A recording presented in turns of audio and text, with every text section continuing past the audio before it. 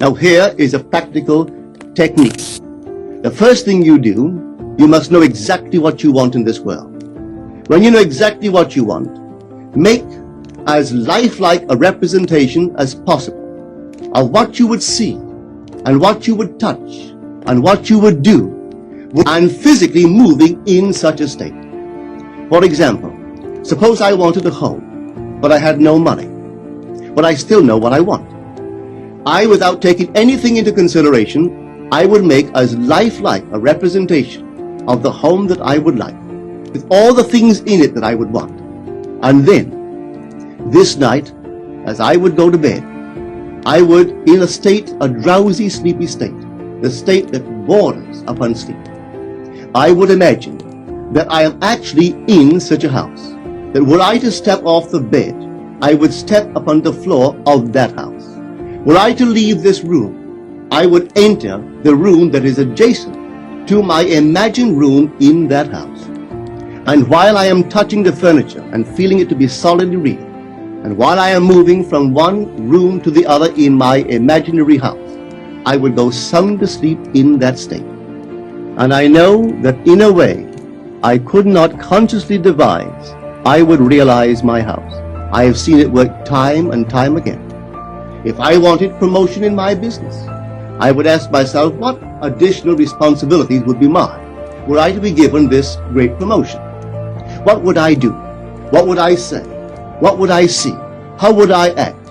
And then in my imagination, I would begin to see and touch and do and act as I would outwardly see and touch and act were I in that position. If I now desired the mate of my life, were I now in search of some wonderful girl or some wonderful man, what would I actually find myself doing that would imply that I have found my state? For instance, suppose now I was a lady.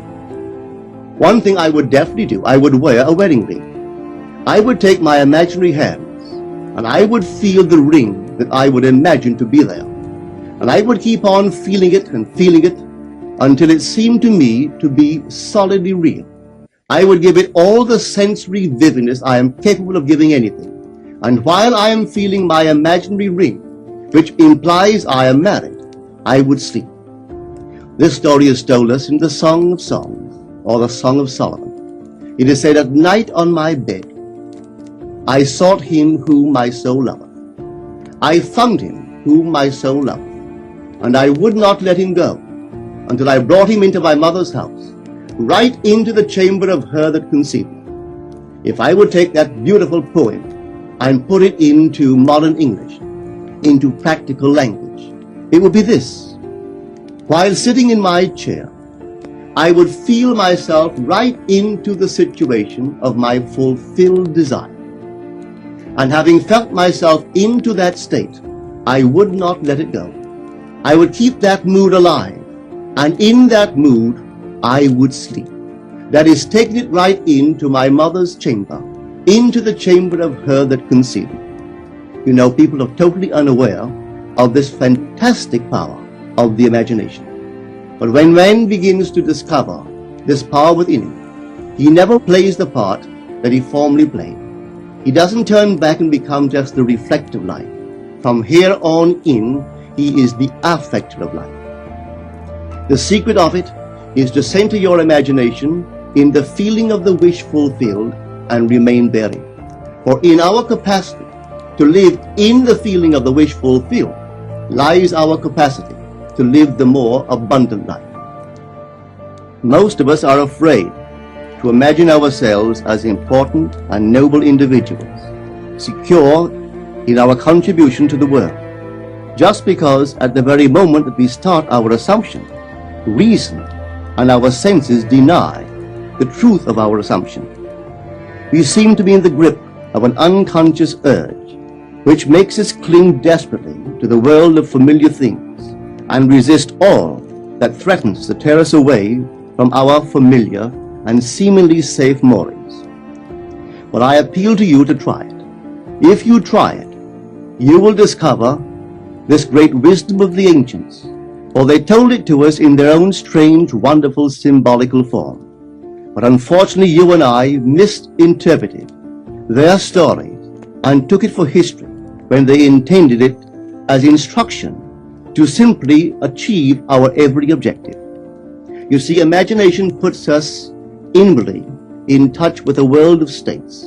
These states are existent, they are present now, but they are mere possibilities while we think of them. But they become overpoweringly real when we think from them and dwell in them. You know, there's a wide difference between thinking of what you want in this world and thinking from what you want. Let me tell you, when I first heard of the strange and wonderful power of the imagination, it was in 1933 in New York City. An old friend of mine taught it to me. He turned to the 14th of John, and this is what he read. In my Father's house are many mansions. If it were not so, I would have told you. I go to prepare a place for you.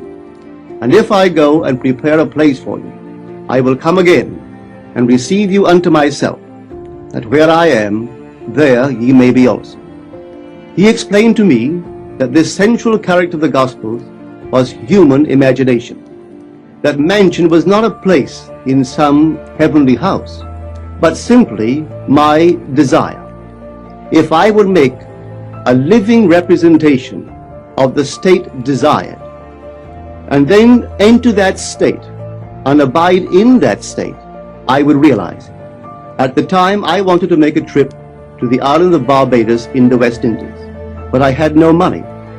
He explained to me that if I would that night, as I slept in New York City, assume that I was sleeping in my earthly father's house in Barbados, and go sound asleep in that state, that I would realize my trip.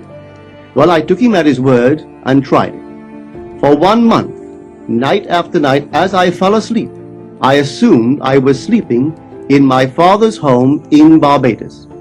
At the end of my month, an invitation from my family came, inviting me to spend the winter in Barbados.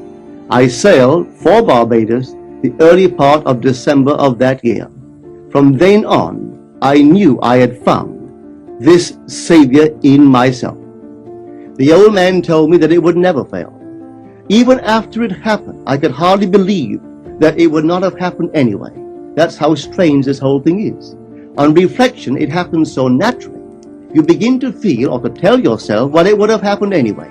And you quickly recover from this wonderful experience of yours. It never failed me if I would give the mood, the imagined mood, sensory vividness. I could tell you unnumbered case histories to show you how it works. But in essence, it's simple. You simply know what you want. When you know what you want, you are thinking of it. That is not enough.